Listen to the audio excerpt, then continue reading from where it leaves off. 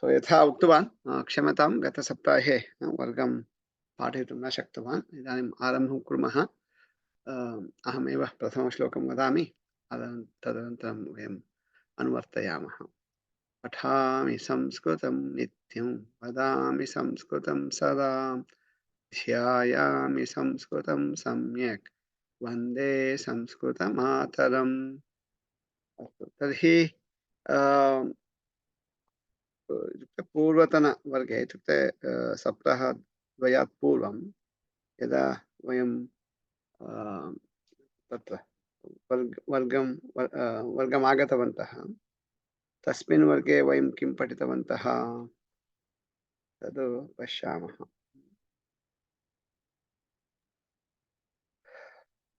शत्रुशानच्च प्रथमा विभक्ति, शत्रुप्रत्यय प्रथमा विभक्ति। अस्तु, तद् पठितवन्तः वा? अस्तु,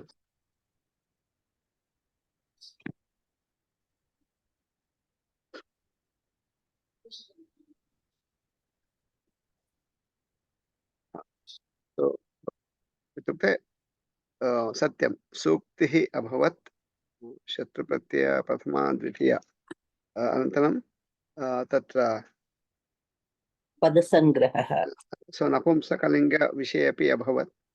सो द्वितीयविभक्तिः अभवत्, सत्यम्। अनन्तरम् अभ्यासान् कुर्वन्तु इति उक्तवान् आसम्। कृतवन्तः वा? तत्र तृतीयपाठः, तत्र पेज् नम्बर् 47, 47, 48, अनन्तरं 49, तत्र ये अभ्यासाः सन्ति तान् कुर्वन्तु इति उक्तवान् आसम्। तत्र अनन्तरम् अत्र अन्यदपि अस्ति, एकः उदाहरणं, तृतीय अभ्यासः। तत्र तृतीय अभ्यासः,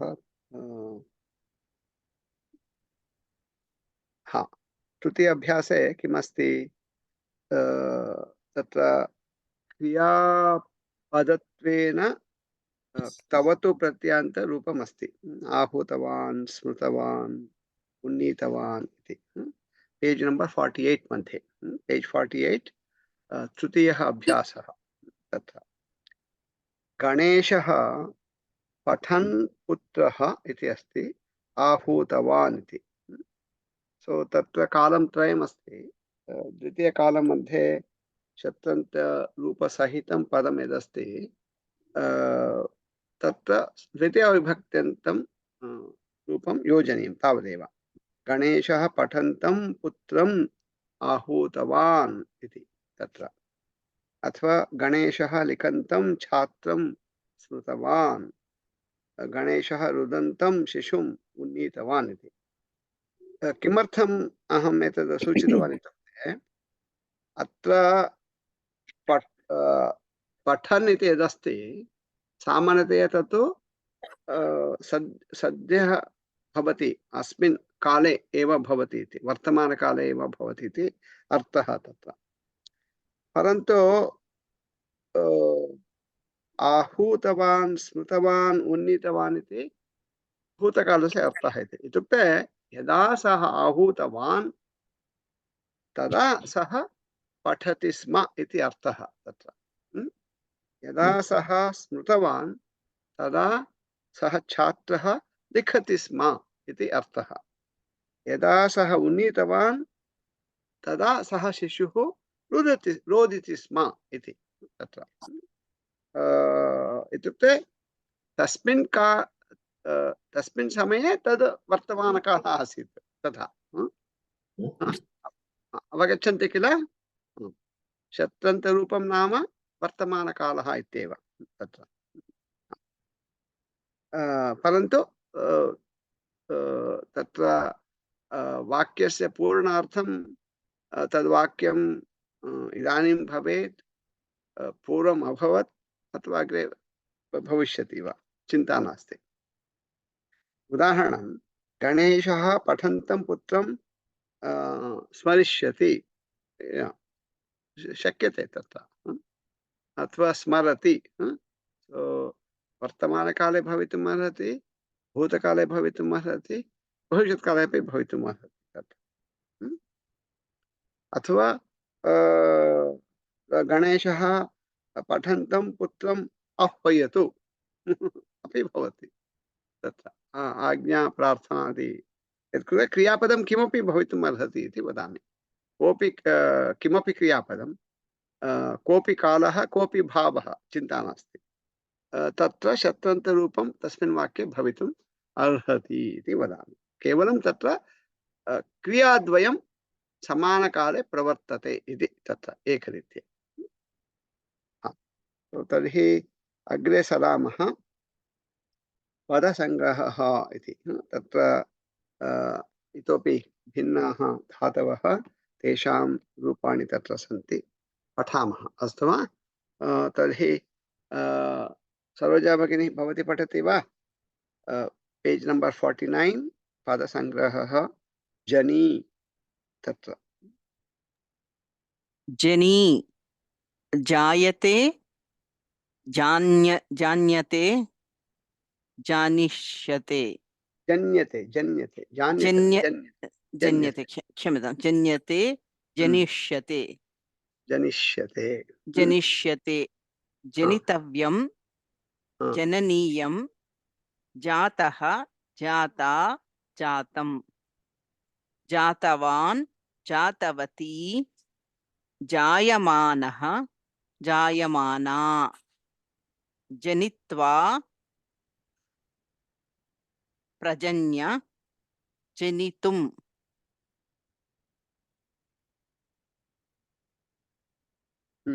अस्तु, तत्र जनी इति तत्र एतदस्ति जनी इति। तत्र जनी इत्युक्ते प्रादुर्भावे, प्रादुर्भावः इत्युक्ते उत्पत्तिः भवति इति। आत्मनेपदी धातुः, आत्मनेपदी धातुः अनन्तरम् अकर्मकः तत्र तत्र अकर्मकत्वेन एव तद्भवति। अनन्तरं जातः जाता जातं तद् सर्वमस्तु वा? भगिनी रोशिनी भगिनी भवती पठति वा? जागृ। मम समीपे पुस्तकानि नास्ति महोदय। अहं PDF उद्घाटितवती, क्लियर् नास्ति। पठामि। किमर्थं पुस्तकं नास्ति? मम पुत्रस्य प्रकोष्ठे अस्ति, तस्य एकं मीटिंग् अस्ति। रूम् अस्तु, चिन्ता मास्तु। शीतल भगिनी। महोदय जा खलु धातुरूपं जा जनी वा जा वा? जनी एव जनी एव जनी एव जाना जनी एव। तत्र नकारस्य एतद् भवति, कुत्रचित् तिष्ठति कुत्रचित् गच्छति। अस्तु वा? तावदेव। शीतल भगिनी। राष्ट्रीय भगिनी किं? पुत्रः जायते, तत् सन इस् बोर्न, तो कर्म अस्ति किल? न, अकर्मकः न, सत्यं तत्र कर्म अस्ति। पुत्रप्राप्तिः कर्म एव, परन्तु तत्र क्रियापदं यदस्ति तद् अकर्मकः, तत्र अकर्मकः धातुः। पुत्रः जायते, अकर्मकः धातुः इत्युक्ते किं? पुत्रः किं जायते इति प्रश्नः पुनः। तत्र उत्तरं न भवति, पुत्रः जायते तावदेव, तत्र अकर्मकः इति। अस्तु, सर्वत्र कर्म अस्ति। महोदय अष्टाध्यायी कोशे तु जन् अस्ति, जनी नास्ति। द्विवादी आत्मनेपदी अकर्मकः सेट् इति। सो भगिनी जनी इत्येव स्वीकुर्मः इदानीं, यथा अत्र अस्ति तत् स्वीकुर्मः। जनी इत्येव कदाचित् कुत्रचित् ते किं कुर्वन्ति, ते जन् इत्यादिकं लिखन्ति, परन्तु अत्र जनी इत्येव, तत्रापि यथा वयं जानीमः धातूनां सामान्यतया अन्तिमम् अक्षरं तत्र अनुनासिकत्वेन भवति। सो तत्र तदनुगुणं तत्र लेखनीयं, परन्तु अत्र तु जनि तथैव स्वीकुर्मः, अस्तु वा? सो तर्हि शीतल भगिनी भवती पठितुं शक्नोति वा जागृ इति? आं महोदय। हाँ। जागृ, जागर्ति, जागर्यते, जागरिष्यति, जागरितव्यं, जागरणीयं, जागरितः, जागरिता, जागरितं, जागरितवान्, जागरितवती, जाग्रत्, जागृति, जागरित्वा, प्रजागर्य, जागरितुम्। तो तत्र जाग्रत् जागृति इति अस्ति। तत्र तु सो जागर्ति इति तत्र तु परस्मैपदी, तत्र शत्रन्तरूपं भवति। जनि इति तत्र आत्मनेपदी धातुः, तदर्थमेव जायमानः, जायमाना इति शानजन्तं रूपं भवति। तदनन्तरं पठामः वयं। सो जाग्रत् जागृति इति शत्रन्तरूपम् अत्र। अस्तु, तर्हि भवती पठति वा भगिनी पुनः? सरोजा भगिनी। ज्वल ज्वलति ज्वल ज्वल ज्वलति, ज्वल्यते, ज्वलिष्यति, ज्वलितव्यं, ज्वलनीयं, ज्वलितः, ज्वलिता, ज्वलितं, ज्वलितवान्, ज्वलितवती, ज्वलनं, ज्वलन्ती, जलित्वा, क्षम्यतां, जलित्वा,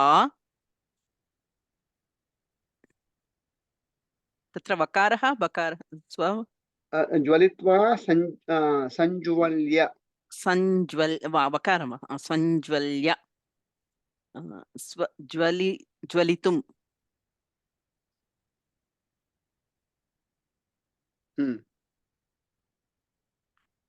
अस्तु, सम्यक्। शीतल भगिनी, ढीङ्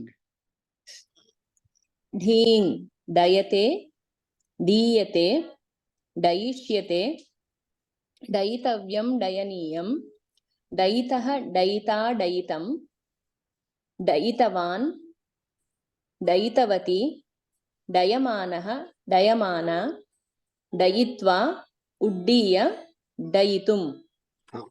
तो तत्र डयते इति भवति, सामान्यतया उड्डयते, उत् इति तत्र योजयामः। उड्डयते, उड्डीयते, उड्डयमानः। महोदय, हा, संस्कृते उडान् इति पदमस्ति वा? उडान् इति नास्ति। न। उडान् उड्डयमानं विमानम् इति। हिन्दी उडान् संस्कृते नास्ति। संस्कृतपदमेव, परन्तु कण्डेन्स्ड् तावदेव।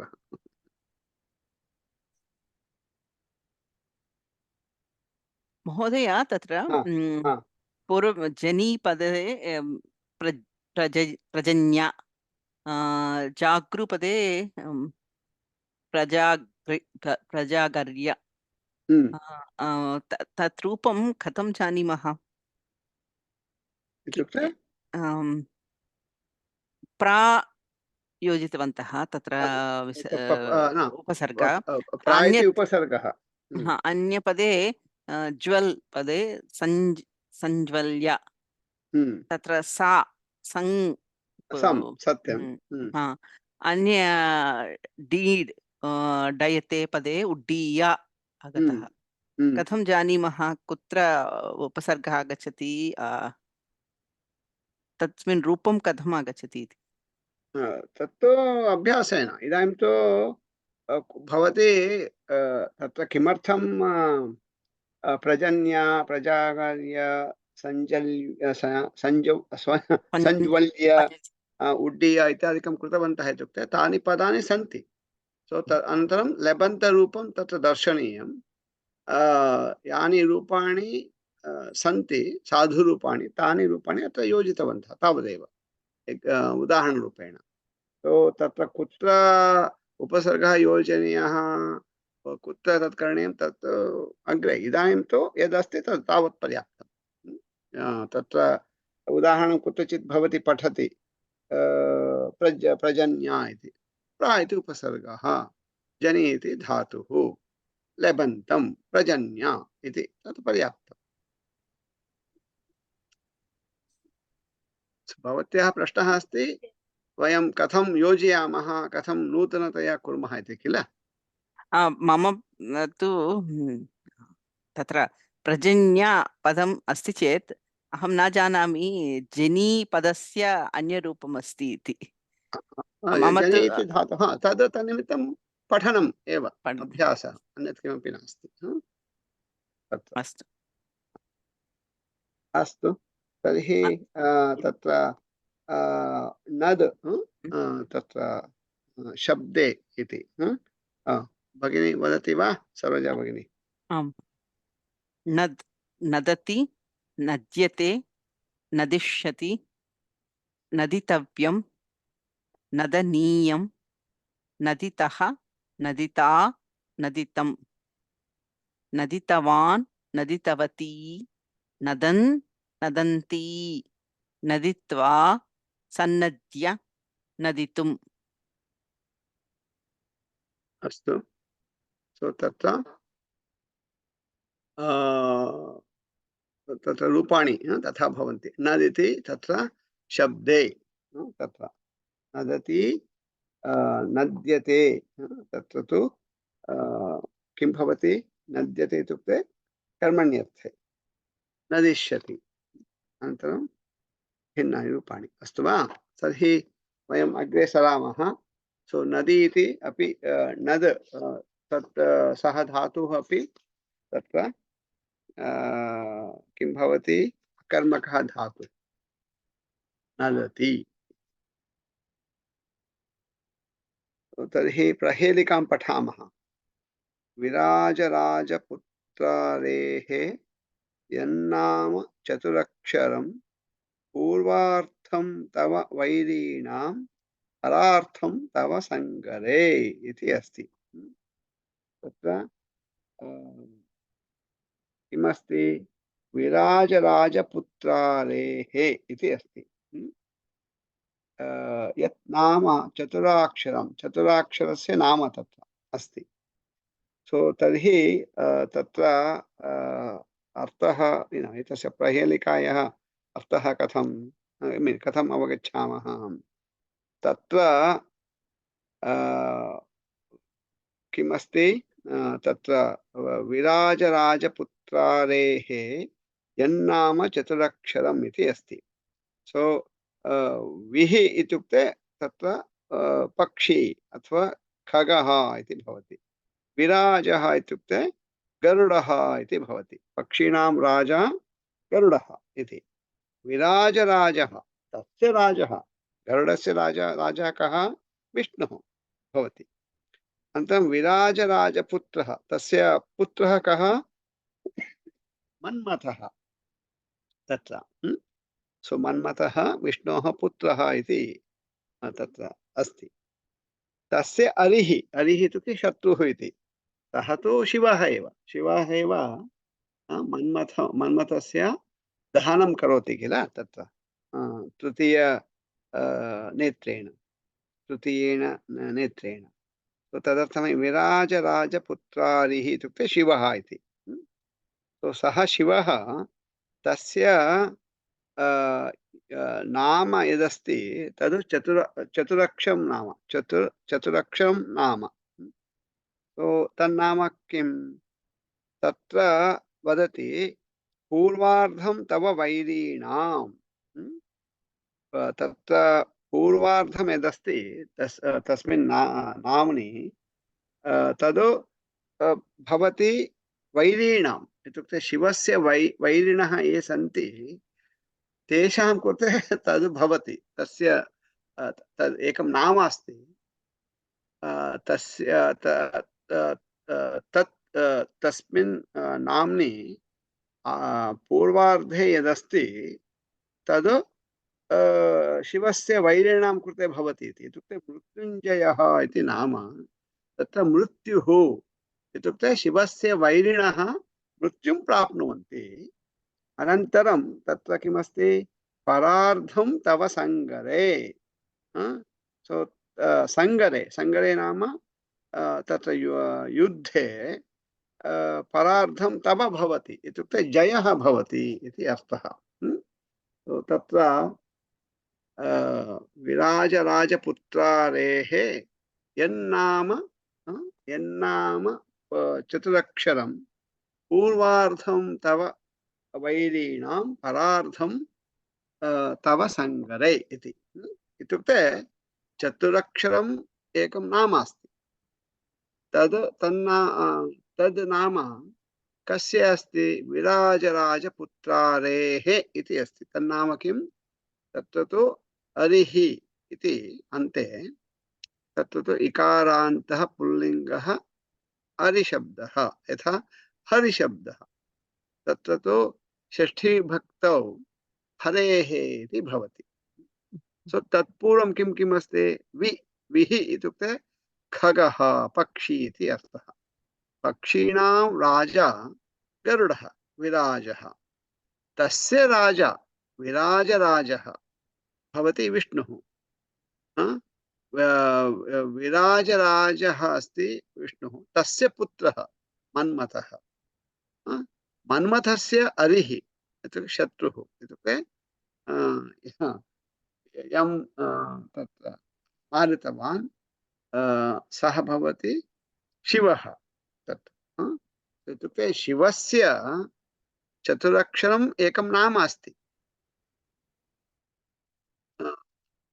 तत् नाम तस्मिन् नाम्नि पूर्वार्धं यदस्ति तद् तस्य इत्युक्ते शिवस्य वैरीणां कृते भवति नाम मृत्युञ्जयः इति मृत्युञ्जयः इति चतुरक्षरं नाम तत्र मृत्युः इति अस्ति किल आरम्भिक मृत्यु तद् कस्य कृते भवति केषां कृते भवति वैरिणां कृते भवति इत्युक्ते शिवस्य वैरिणः मृत्युं प्राप्नुवन्ति सङ्गरे युद्धे तव तत्र तव किं वदामः तव इत्युक्ते अत्र तु प्रहेलिकादायं किमस्ति तद् शिवस्य कृते एव लिखितम् इति नास्ति तत्र एतत्तु कश्चित् जनः अपरः कश्चित् राजा कश्चित् अस्ति तम् उद्दिश्य एतद् वदति किं वदति विराजराजपुत्रारेः यन्नाम चतुरक्षरं तस्मिन् नाम्नि आरम्भे यदस्ति तद् तव वैरीणां भवति अनन्तरं सङ्गरे भवान् तत् प्राप्नोति परार्धं प्राप्नोति जयं प्राप्नोति अवगतम् सङ्गरः इत्युक्ते युद्धं युद्धं तो सङ्ग तृतीय अक्षरमेव किल सङ्गरः इस् डिफरेण्ट् रैट् कवर्गस्य प्रथम अक्षरमस्ति चेत् सङ्करः इस् मिक्सिङ्ग् सङ्कर इस् सङ्ग्राम भवति वा सङ्गरे भवत्याः प्रश्नः कः सङ्गरः इति पदे प्रथम का अस्ति चेत् सङ्करः अस्ति चेत् शङ्करः इति पदं नास्ति तद् भिन्नं शङ्करः इत्येव पदं शङ्करः इति वदति वा भवती न आम् शङ्कर न सङ्गर इत्येव तत्र ककार नास्ति सङ्गरः गकार एव सङ्ग्राम इति सङ्ग्राम अपि अस्ति सङ्गरः इत्यपि अस्ति द्वयमपि भवति अहं चिन्तयामि सङ्क वा सङ्ग वा ओ सङ्ग भवती वदति ओ इत्युक्ते अल्पप्राण गकारः वा महाप्राण गकार इति वा? हा? हा, प्रथम का वा तृतीय ग वा शङ्करः वा सङ्गरः? So I know सङ्कर वर्ग इति अस्ति चेत् two families together or two groups together is sankaram, right? Sankaram bhavati. When you Oh. mix something.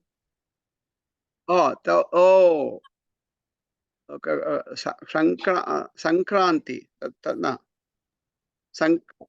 भगिनी तत् भिन्नपदमस्ति सङ्कर प्रायः अहं चिन्तयामि तत्र प्रायः तमिळ् इन्फ्लुयेन्स् स्यात् तत्र तु कदाचित् ककारस्य स्थाने गकारः इत्यादिकं तत्र योजयन्ति ते सो अत्र तु तथा नास्ति सङ्गर इत्येव अस्ति तत्र सकारः अनन्तरं एकस्मिन् पदे तत्र वर्गीय व्यञ्जनमिति कृत्वा अनुस्वारस्य स्थाने वर्गीय व्यञ्जनस्य प्रथम पञ्चमम् अक्षरं तत्र भवति सो गकारः अस्ति इत्युक्त्वा काख गाघ तद्भवति सङ्गरः इत्येव सङ्गरः इत्युक्ते युद्धम् इत्येव सङ्ग्रामः युद्धं तदेव भवति अस्तु वा धन्यवादः सङ्करः अपि अन्यपदमस्ति खलु महोदय जायते वर्णसङ्करः स्त्रीषु जुष्टाशु वा स्नेय जायते वर्ण भगवद्गीताम् अस्ति सङ्कर वर्णसङ्करः इति अस्ति तथा वा सङ्कर तथा तत्पदं नास्ति अत्र भगिनी तत्र अत्र तु सङ्गरे सङ्गरे सम् प्लस् गर अस्ति वा न तथा चिन्तयति अस्तु न सङ्गर इत्येव तत्र भवति पदं सङ्गर इत्येव न तु सत्यं तत्र उत्पत्तिः कथं तद् द्रष्टव्यम् अहं न जानामि तत् पथं तद् कथम् आगच्छति इति न जानामि द्रष्टव्यं मया अपि अहं न जानामि सङ्ग्राम अपि युद्धमेव युद्धमेव अस्तु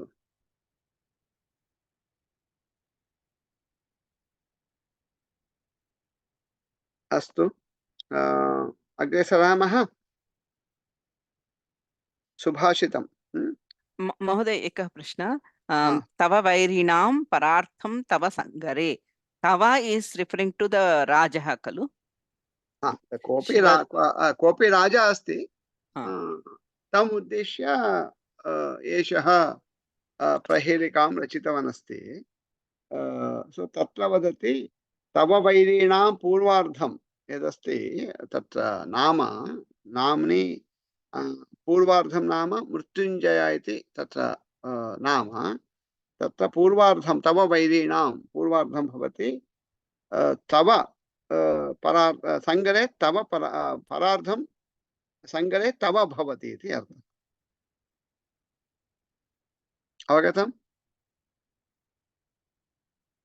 तव वैरीणां भवान् अस्ति भवतः वैरिणः सन्ति भवतः वैरीणां पूर्वार्धं यदस्ति तद् तव वैरीणां सङ्गरे तव परार्धम् इत्युक्ते परार्धं नाम जय सङ्गरे इत्युक्ते युद्धे तव इत्युक्ते भवतः जयः भवति इति अर्थः आम् आं महोदय धन्यवादः अस्तु शास्त्राण्याधीत्यापि भवन्ति मूर्खाः यस्तु क्रियावान् पुरुषः सः विद्वान् पुनः तत्र एतद् कुर्वन्तु केवलं श्लोकं पश्यन्तु तावदेव किमपि तत्र योजयन्तु पत्रं वा किमपि शास्त्राण्यधीत्यापि भवन्ति मूर्खाः यस्तु क्रियावान् पुरुषः स विद्वान् सुचिन्तितं चौषधं मातॄणां औषधम् आतुराणां चौषधमातुराणां न नाममात्रेण करोत्यरोगम् अस्तु। सो तत्र वयं केवलं यथा अहम् उक्तवान् एकं पत्रं स्वीकुर्मः, पत्रं तत्र योजयामः, पठामः। अस्तु। शास्त्राणि अधीत्यापि भवन्ति मूर्खाः, यस्तु क्रियावान् पुरुषः स विद्वान्, सुचिन्तितं चौषधमातुराणां न नाममात्रेण करोत्यरोगम्। तत्र एकमेकं पदं वदामः। प्रथमं पदं किम्? शास्त्राणि। शास्त्राणि। अनन्तरम् अधीत्य अधीत्य। अनन्तरम् अपि अपि। अनन्तरं भवन्ति भवन्ति मूर्खाः। मूर्खाः।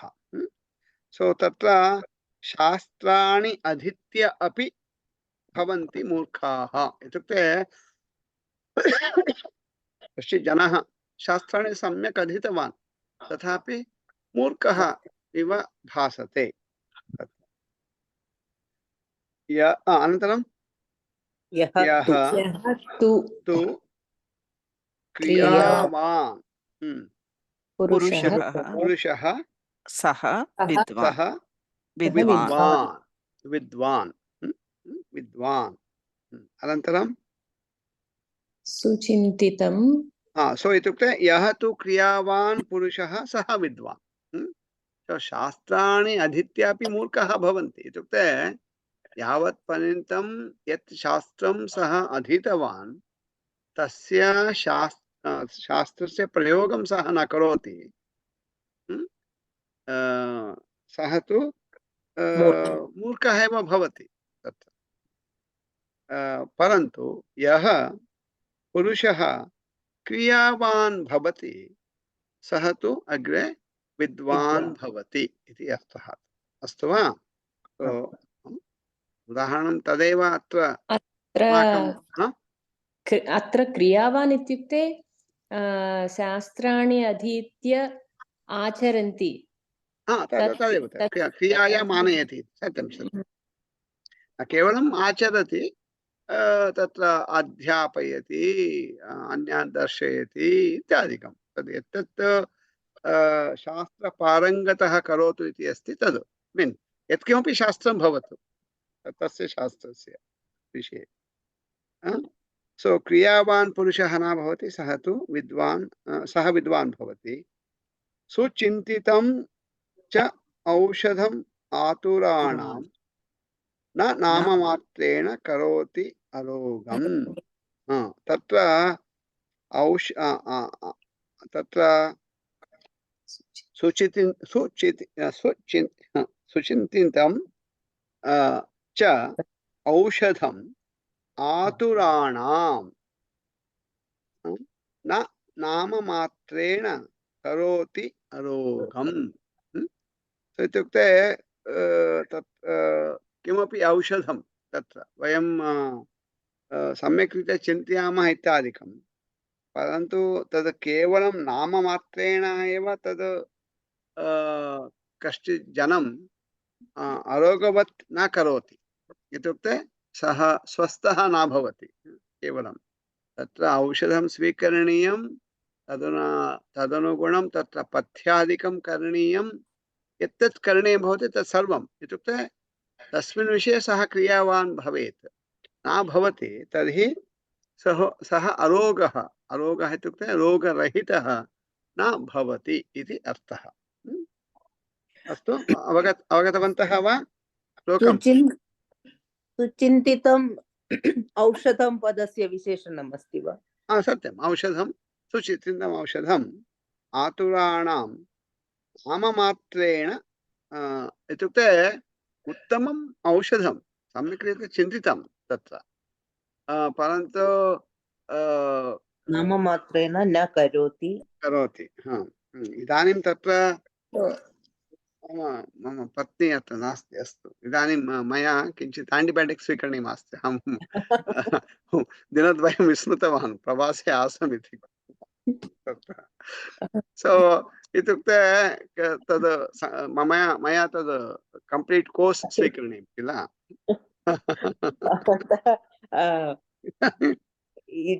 सुभाषितं भवन्तम् मां स्मारयति तद्। चिन्तेन न वर्तते। सत्यं तद् इदानीं पश्यतु, तत्र काकतालीयमिव तत् सुभाषितमेव आगतं, तद् सूचयन्ती अस्ति, गच्छतु स्वीकरोतु इति। स्वीकरणीयं मया। अस्तु, तर्हि तत्र पुनः अत्र किं पदविभागः कथमस्ति पश्यामः। एवमेव एतत् स्वीकुर्वन्तु, तत्र केवलं पदविभागमेव पश्यन्तु। सो शास्त्राणि अधीत्य, सो शास्त्राणि तत्र तु किं लिङ्गं? नपुंसकलिङ्गं। बहुवचनं। बहुवचने प्रथमा विभक्तौ, द्वितीया विभक्तौ शास्त्राणि अधीत्य। सो कोऽपि इति भवति द्वितीया विभक्तिः। अधीत्य लेबन्तम्। अधि भगिनी शालोजा भगिनी, कः उपसर्गः अत्र? न, अधि। अधि अधि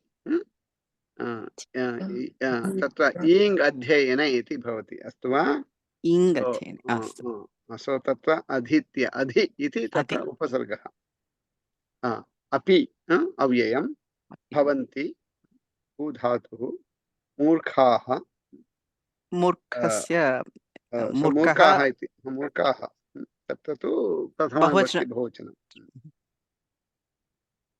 यः तु क्रियावान्, क्रियावान् बहुवचनं, द्वितीया विभक्ति बहुवचनं। सो क्रियावान् इत्युक्ते क्रिया यस्मिन् अस्ति, इत्युक्ते यः क्रियां करोति सः क्रियावान् इति। अत्र क्रियावान् प्रथमा विभक्ति खलु महोदय? सत्यं सत्यं। मम चिन्तनमस्ति द्वितीया क्रियावान्। भगिनी, अरे भवान्, भवान्, भवन्तं, सरोजा भगिनी कुत्र अस्ति भवती? भवान्, भवन्तं, भवान्, भवन्तं प्रथमा विभक्तिः एकवचने। यः क्रियावान्, विशेषणमपि विशेषणं, सत्यं सत्यं। शीतल भगिनी, भवत्याः प्रश्नः कः? न तथा एव अहं वदामि, क्रियावान् प्रथमपुरुषः खलु? सत्यं, प्रथमपुरुषः सत्यं, प्रथमपुरुषे प्रथमा अस्ति, विभक्ति, प्रथमा विभक्तौ सत्यं, प्रथमा विभक्ति। क्रियावान् पुरुषः सः विद्वान् सुचिन्तितं, तत्र तु किमस्ति? सुचिन्तितं, सु उपसर्ग, चिन्तितं, कृदन्तरूपं खलु? कृदन्तरूपं, तान्तं, तान्तं, तान्तं, त इति तत्र च अव्ययम्, औषधं, औषधम् इति तत्र नपुंसकलिङ्गे भवति। आतुराणाम्, आतुरः, आ इति उपसर्गः तत्र। आतुराणां षष्ठी बहुवचनं। षष्ठी न नाममात्रेण करोति अरोगम् इति अत्र पश्यामः सन्धिरूपेण। नाममात्रेण तृतीया खलु? सत्यं सत्यं। करोति अरोगम्। अस्तु। शास्त्राणि अधीत्य, तत्र तु शास्त्राण्यधीत्य इति इ प्लस् आ यकारः यण् सन्धिः। अधीत्य प्लस् अपि, अधीत्यापि, तत्र तु सवर्णदीर्घसन्धिः। यः प्लस् तु यस्तु, इदानीमेव वयं पठितवन्तः, विसर्गसन्धिः, सकारः आगच्छति। सः प्लस् विद्वान्, स विद्वान्, तत्र तु विसर्गलोपः। अनन्तरं च प्लस् औषधं, चौषधं, तत्र आ प्लस् औ एव वृद्धिसन्धिः। वृद्धिसन्धिः वा महोदय? चौषधम आ औ प्लस औ आ प्लस ओ प्लस अथवा आ प्लस औ एव वृद्धि संधि प्लस ओ वा आ प्लस औ आ प्लस औ एव किल वृद्धि संधि अस्तु करोति प्लस अरोगम ई प्लस आ तत्र तु ई स्थाने यकारः यण् संधिः करोत्यरोगम् इति अस्तु वा आम्। इदानीं तत्र भवन्तः किं कुर्वन्तु तात्पर्यम् इति यदस्ति तद् भवन्तः संस्कृतेन लिखन्तु अस्तु वा तदेव गृहपाठः सो तत्र शास्त्राणि अधीत्य अपि मूर्खाः भवन्ति ते तु कदाचित् मूर्खाः भवन्ति परन्तु यः तत्र क्रियावान् भवति सः तु विद्वान् भवति तत्र नाममात्रेण यत्किमपि औषधं भवतु उत्तमम् औषधं स्यात् केवलं नाम स्वीकुर्मः तत् स्वीकरोमि इति तेन उपयोगः नास्ति अस्तु महोदय अत्र औषधं द्वितीया विभक्ति खलु सत्यं सत्यम् अरोगं क्षम्यताम् औषधं तु प्रथमा विभक्ति करोति इति किल करोति किं करोति औषधं करोति इति प्रथमा विभक्तौ अस्ति सुचिन्तितं च औषधं तत्र अरोगमेव द्वितीया विभक्तान्तं द्वितीय खलु सत्यम् अरोगं नाम तत्र यस्य रोगः नास्ति सः अरोगः इति भवति तम् अरोगम् इति तत्र अस्तु वा परन्तु आतुराणाम् इत्युक्ते सः आतुरः अस्ति एतद् नाममात्रेण आतुराणाम् अरोगं न करोति आतुराणां नाम तत्र प्रायः आतुरः इत्युक्ते रोगी रोगी आतुर इस् ट्रबल्ड आतुरः सत्यं सत्यं सो इत्युक्ते रोगी आतुराणाम् इत्युक्ते कोऽपि जनः तत्र तस्य एवं सः तु एतद् स्वीकरोति एतद् रोगं स्वीकरोति सः तु सत्यं तस्य कृते कश्चित् क्लेशः अस्ति आतुराः सो तस्य कृते तत्र इत्युक्ते रोगसहितः कश्चित् क्लेशसहितः कश्चित् अथवा व्याधिः काचित् अस्ति सः इति अस्ति आतुराणां तेषाम् अरोगं न करोति इत्युक्ते सः जनः अरोगः न भवति इति अर्थः अस्तु तर्हि तत्र द्वितीयं वयं पठामः पुनः तथैव कुर्वन्तु तत्र एवं स्वीकुर्वन्तु आयत्यां गुणदोषज्ञः तदात्वे क्षिप्रनिश्चयः अतीते कार्यशेषज्ञो विपदा नाभिभूयते पुनः आयत्यां गुणदोषज्ञः तदात्वे क्षिप्रनिश्चयः अतीते कार्यशेषज्ञो विपदा न अभिभूयते तत्र आयत्यां गुणदोषज्ञः तदात्वे क्षिप्रनिश्चयः सो तत्र आरम्भे तत्र सः किं करोति गुणदोषज्ञः कुत्र गुणः कुत्र दोषः इत्यादिकं सः जानाति तदात्वे क्षिप्रनिश्चयः तद् यदा तद् भवति तदनन्तरं सः शीघ्रं निर्णयं स्वीकरोति निश्चयं करोति यत्किमपि करणीयमस्ति उदाहरणम् अनन्तरम् अतीते कार्यशेषज्ञः समयः यदा अतीतः भवति किम् अवशिष्टं किं करणीयं तादृश कार्यशेषज्ञः भवति तादृशः जनः यदा भवति तदा विपदा न अभिभूयते इत्युक्ते कष्टसहितः न भवति इत्युक्ते सर्वं विपदाः अथवा आपदः ये सन्ति ताः दूरीभवन्ति इति अर्थः। अत्र पश्यामः किम् अस्ति इति पदविभागः भवन्तः एव लिखन्तु इति अस्ति पदविभागः।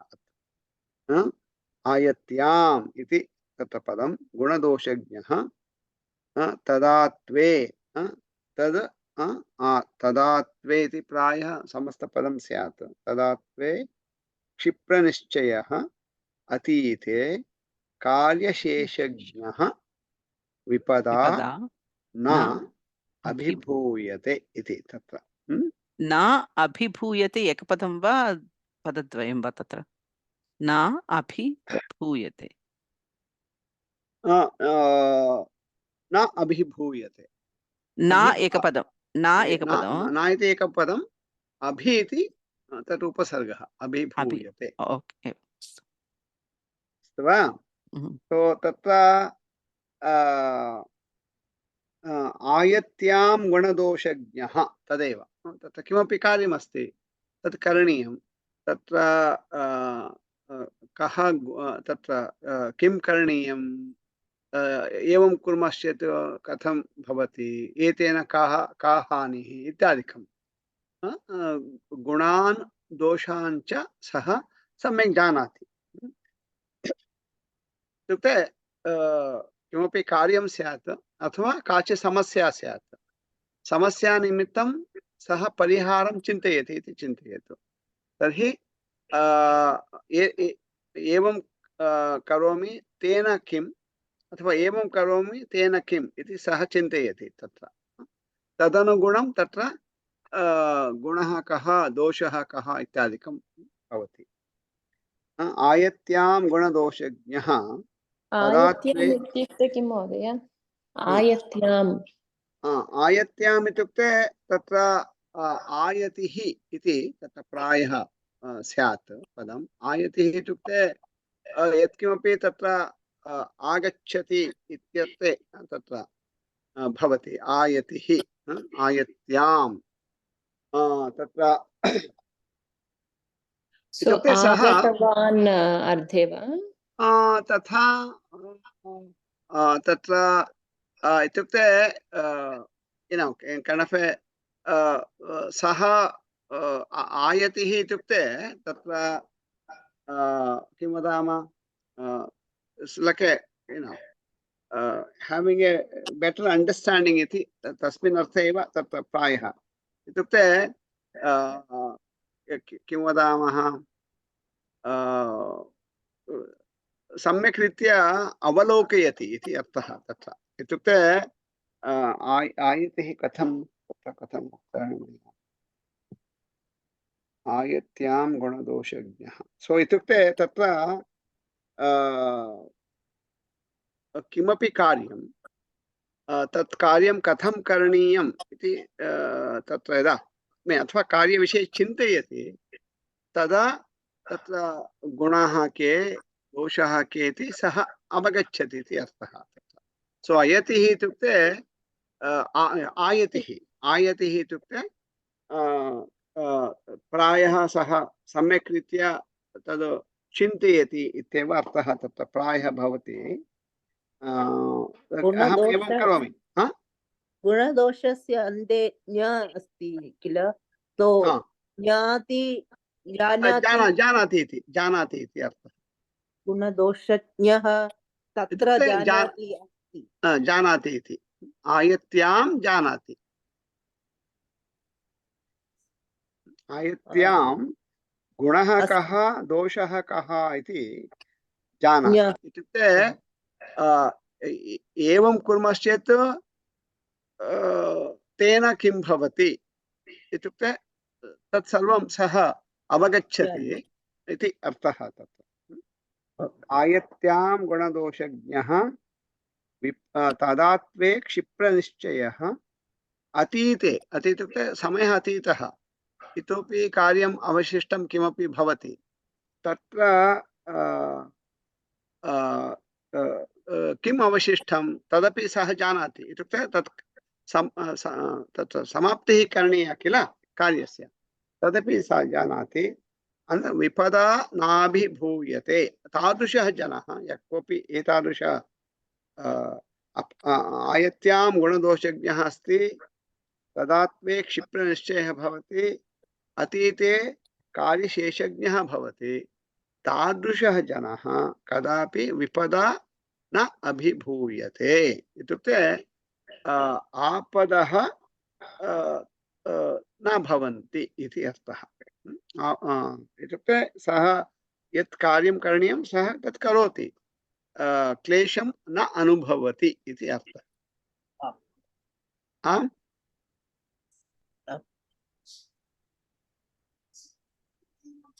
प्रश्नः अस्ति इतोपि तदात्वे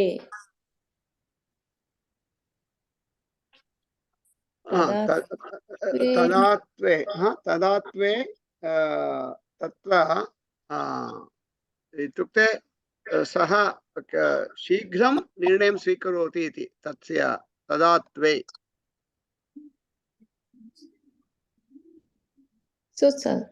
सप्तमी रूपं वा सत्यं सत्यं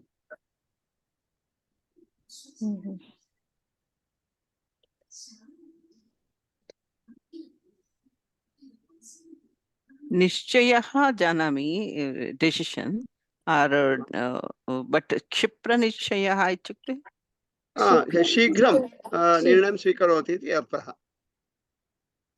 knowing the guna and dosha he takes the decision fast सत्यं सत्यं क्षिप्रनिश्चयः समस्तपदं वा महोदय समासः क्षिप्रनिश्चयः क्षिप्रनिश्चयः इत्युक्ते शीघ्रं यः शीघ्रं निर्णयं स्वीकरोति सः क्षिप्रनिश्चयः इति भवति सत्यं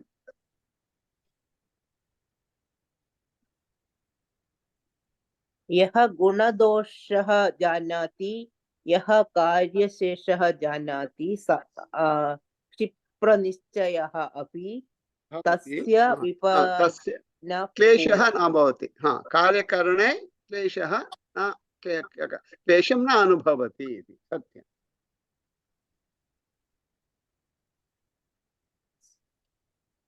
आम् इतोपि अस्ति वा तत्र किं वदामः